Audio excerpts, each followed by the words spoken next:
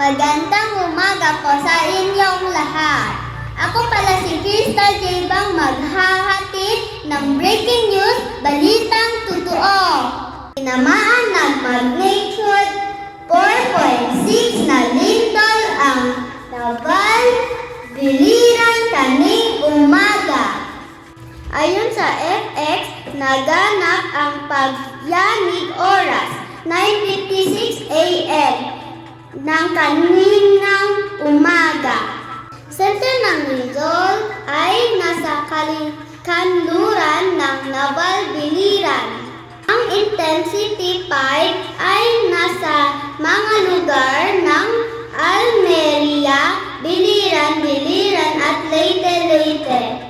Wala pang isang oras ay lumindol ulit na may